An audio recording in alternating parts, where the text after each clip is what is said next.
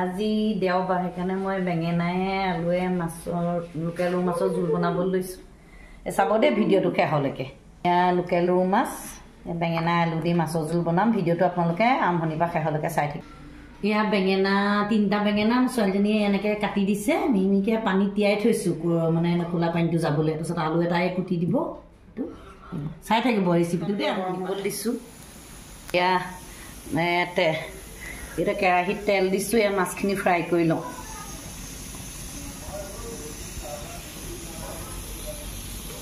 এয়া বিলাহী 2টা লৈছোঁ মাছৰ জোলত বনাবৰ কাৰণে আৰু এয়া পিঁয়াজ এটাই বিলাহী 2টাই এয়া মাছখিনি ফ্ৰাই কৰি লওঁ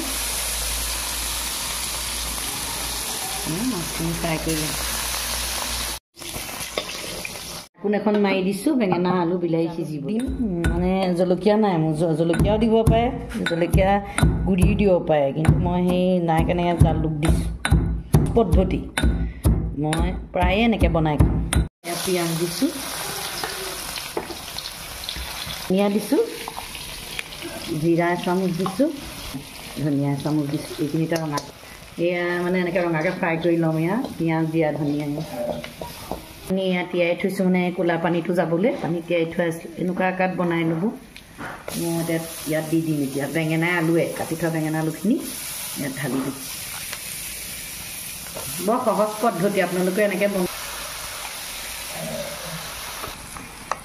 এয়া হালধিটো দিছোঁ আন্দাজমতে আপোনালোকে নিজৰ আন্দাজমতে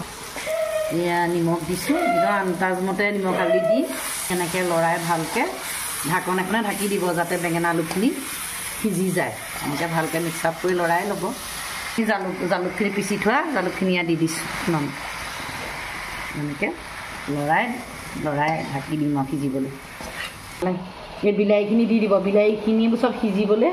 ঢাকি দিব ইয়াত দি পেলাই বিলাহীখিনিও সিজিব লাগিব বেঙেনা আলু চব কোন এখন মাৰি দিছোঁ বেঙেনা আলু বিলাহী সিজিবলৈ এমুঠি দি দিছোঁ ইয়াতে এতিয়া আমি ঢাকি দিম আলু বিলাহী চব সিজিলে আৰু এতিয়া নিজৰ আন্দাজমতে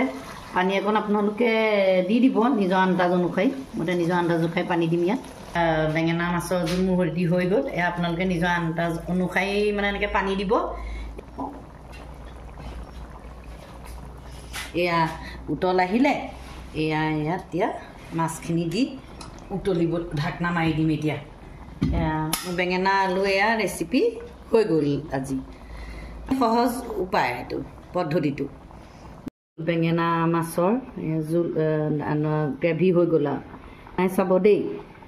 ভিডিঅ'টো ভাল পালে লাইক শ্বেয়াৰ কমেণ্ট বক্সত জনাই দিব আজিলৈ ইমানতে ধন্যবাদ